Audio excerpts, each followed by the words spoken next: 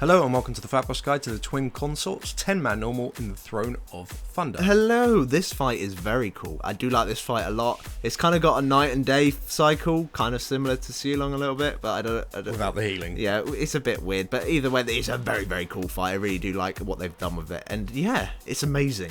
For this encounter, you want to bring 2 tanks, 2 to 3 healers, and any DPS makeup. And the fight does consist of 2 bosses. There's Lulin. Yeah, Lulin, and she's the nighttime boss, and she's like got the blue and green armor and skin. And then you have Suen, who's the daytime boss. And she's like a yellow brownie. Yeah. Now the boss has 3 different phases they can go in, and first off we'll start with the Darkness Fall stage, which is the phase that immediately will happen when you pull the boss. Now during the Darkness nighttime phase, Suen, which is the Fire bitch. Yeah, the daytime lovely boss, thank you very much, will disappear, and she'll reappear frequently to cast abilities, but otherwise your main damage will be on Lulin, who will be there permanently for this phase, and she will have her first set of abilities. Now Lulin's abilities are, in this phase, is that she can summon something called a Moon Lotus. Now this just spawns a plant that sends out these like little green bolts. They're really, really slow. Now if you are hit by these bolts, you are sent to sleep for 5 seconds, and this can be dispelled. As I said, the bolts are really, really slow at the beginning of the fight, and in this phase they really do nothing, if I'm honest, like, because there's very few plants. However, she does spawn these quite a lot, and they don't actually leave the fight, but when it does change phase, they're not active until you go back into another night phase, which is something you need to know. But so it does get a bit much towards the end, but just avoid the cloudy shit, and you'll avoid the clouds and you'll be fine. She'll also do an ability called Cosmic Barrage. After a short cast, she'll spawn 6 stars, which will then be thrown at raid members. And it does about 200k damage, but it is splash damage. It's around 8 yards of every single player that gets hit. And it will also knock you back. So you just need to make sure that you keep spread when these do come in.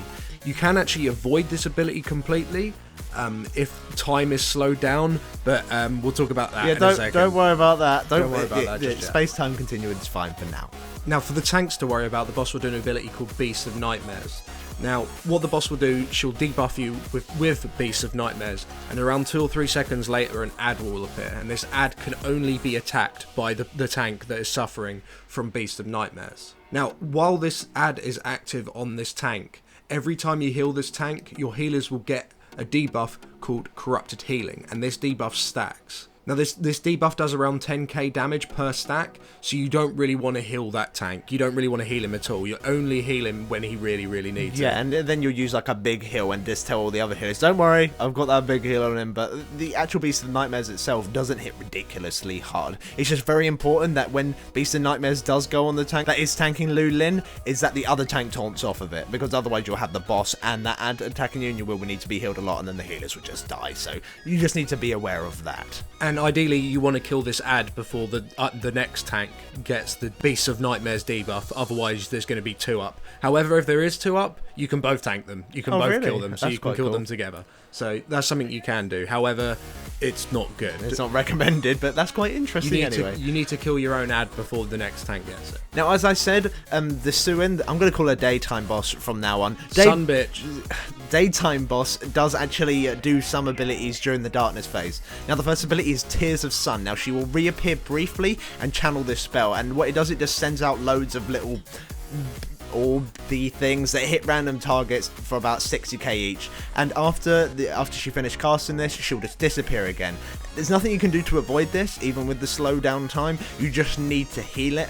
But what you can do is that when she's there, she is actually attackable, so you can dot her up, which is really quite nice for you multi-dotters and actually anyone. So when she does come back, it's always worth, I don't know, doing a bit of cleave or something like that. She also has an ability called Light of Day, and this just deals 100k damage to a random target and anyone within 8 yards of that target, so you do have to be spread, because as well as Cosmic Barrage, you are getting that randomly. Nothing you can do about this. Just heal it up. You can't damage her either. Like a image of her appears, but you can't do any damage to her, so you just need to heal it up.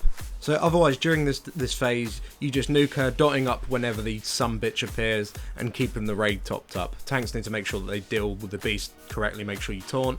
Then after 3 minutes or so, the day phase will start. Now when the day phase starts, Luin will disappear and the sun boss will reappear for the rest of this phase. Now note that the moon lotuses will still be around, you know, the things that send out the bolts, but they no longer send out the bolts. They're just there, ready to be reactivated, but you don't even need to worry about them. Now the sun boss does have a whole new abilities for this phase, and she has lost pretty much all of her old abilities, but we'll go through every single ability that she does actually have, and this applies also to Lu Lin. She has lost all of the abilities that she was casting in her dark phase and is now casting a new ability as well. But we're going to start off with the Sun Lady, and the first ability that she has is Fan of Flames. Now this is just what the tanks need to worry about. It'll hit the tank for a fair amount of damage and will also give a debuff that increases the fire damage you take by 25% for 30 seconds. The Fan of Flames itself is a fire damage spell, so it's very, very important that the tanks don't get high stacks of this. You want to taunt on around 2 with this debuff, or just taunt as soon as your debuff is dropped. She also has an ability called Flames of Passion.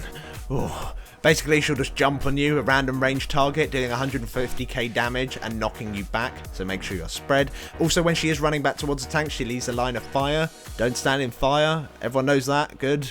Okay, that's good. That's Flames of Passion. She jumps on you, knocks you away, and leaves fire when she comes back. She also maintains her Light of Day ability, the same thing from Night Phase, deals 100k damage to a player and anyone within 8 yards. So another reason to spread, so just, yeah, do remain spread. Now she also has an ability called Blazing Radiance. This is ticking damage on the raid, and each time it ticks, she gains a 5% fire spell damage increase. And the only way to reduce her stacks is to stand her right on top of an ice comet. And this is where Lu Lin comes in, because this is her only ability for this phase. Now this will spawn an ice comet on top of a random player, and as it hits, it will do 300k damage to anyone within 6 yards, and of course the person who did get hit by it will also get hit by 300k. So when you know that it is coming in, you've got to make sure that everyone is topped above 300k, otherwise yeah, you might just die. Now what it does leave an ice comet in its place, and now this is entirely immune to damage, however it does have a health bar.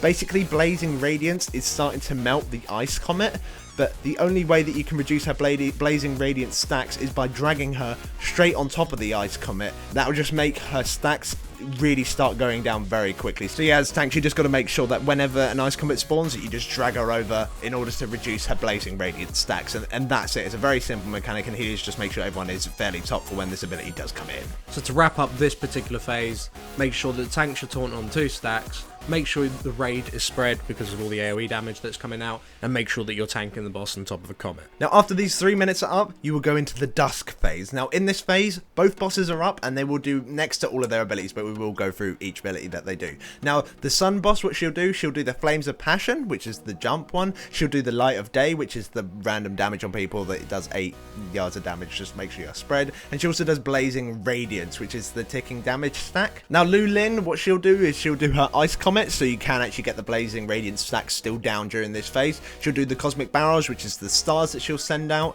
but the Moon Lotuses, just to let you know, are still inactive. So they won't be setting out any of their sleepy bolts. And you won't have the Beast of Nightmares on the tank. Also, she will gain one additional ability called Tidal Force. Now, basically, while she is casting this, she will have 100% dodge chance and 100% range and spell deflection, i.e. you can't do damage to her. Now, what she'll do is spawn a series of randomly directed tidal waves from where she is that do 180k damage to anyone in their path. These are next to impossible to avoid because they are ridiculously fast, yet they can be slowed by time, but we'll talk about time in a bit. Just know that this can be slowed by time and you'll be fine. Now at this point you just get to choose what boss you want to kill.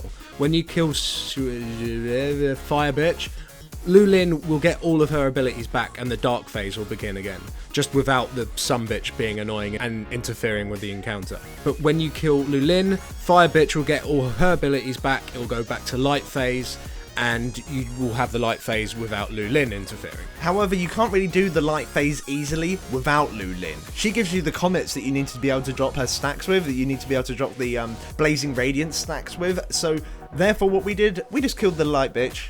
She has an awful name as well. That's another reason really to kill her. Swen or whatever her name is. Oh god, who knows how to kill her. But what you do, we kill her and then go into the dark phase. And when you do go back into this dark phase, you'll have the Moon Lotuses back. And she'll stop casting Tidal Force as well, but she will then have the tank debuff, you know, the way you have to kill that ad. The Beasts and Nightmares will return. And then from there, you just kill her. You just kill her and that's it.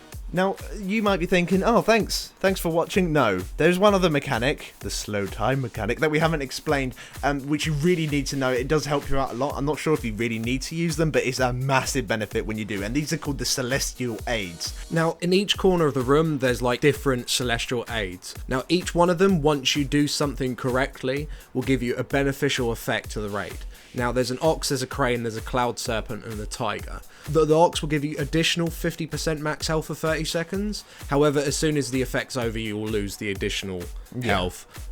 So that's pretty nice. The Crane will cause a bunch of cranes to run around the room, which will deal 5 million damage to anything they hit. And that's just the enemy targets. Don't worry about that. Yeah, it's it won't hit you. It'll basically, it's just damage on the boss. The Cloud Serpent will give a 30-second buff that gives 20k HP and 2.5k mana back every second. So that's just like a really amazing hot/innovate. And the Tiger will do slow time, which we've mentioned quite a few times. Basically, slow time, it will slow time for 20 seconds, allowing for some abilities to be avoidable, as in the Ice Comet you can move from, because as soon as you see a runner, you move. The Cosmic Barrage you can move from, because as soon as you see the stars start moving, you can run out of that initial position. And the Tidal Force you can move from as well, because they're just very, very slow now. Now, when one person does interact with one of these, that one person will be phased and teleported into the middle of the room. And then you in this new room that you're in, there are 7 stars that appear. Now, there's like 6 in a circle and then 1 in the very middle. Now, what you'll see is a graphic above your head that tells you what you need to draw with these stars. Now, each Celestial Aid has a unique pattern that you need to be able to draw out, and this doesn't change. So the Ox, the Crane, the Cloud Serpent, and the Tiger all have a set one that will not change ever. So it'll always be the same thing that you need to be able to draw out. You'll also notice that 1 star will be lit up, and you will need to start at that star and draw from there by running over the other stars. Now, if you run to the correct star after the first star that you draw from, a beam will spawn between those 2 stars saying, well done, you found the first connection. So really what you're doing is you're just connecting the dots. It's dot to dot. It's very, very, very simple. Now the picture that you should, like the stars that you need to connect, you should really see that from the angle that you will be facing as soon as you spawn into the room. It faces you towards it, and you should draw it from that angle, and you'll kind of see it when you get in there. What I would have done if I was amazing is actually be able to record this. I did record this. I made sure that I went into every room so I could show you guys, oi, look, this is how you do every single one. Unfortunately, either Fraps is completely broken or I just can't hit the button properly, because I've seemed to have lost that footage. However, I know that some of you will find it kind of difficult to understand how this really works, and to be honest, it's not too hard to grasp if you just play with it a little bit, because even if you get removed from the room, you can go straight back into it. It doesn't like despawn or anything. You can just keep trying over and over again. But what I'm going to do, I'm going to record it again in the future and make another guide literally just for this mechanic, and there'll be an annotation on the screen which you can click, and that'll take you straight over there. So if you do have an issue being able to draw with these stars, it's very simple. Just go and play with it on your first pull. It's very, very simple. But if you do have an issue, there will be an extra guide up for that, and once again, apologies. So once you have completed it, you'll be spawned out of the room, and the beneficial effects, whatever it is, will be activated. Now, you can only activate and be in the room like one at a time. So if there is someone already in there dealing with one other thing, someone else can't click it and go in and do another thing. It's only once at a time. They're not even interactable while someone else is in there. So that's something that you really need to know. Now, you can use these whenever you like during the encounter, but do note they all will respawn when you enter the dusk phase. So it is a good idea to use all of them before that point. You can use the Tiger to slow during the night so you can actually avoid the Cosmic Barrage, and you can use the rest in the day as the extra healing and HP will help you with a large rage damage.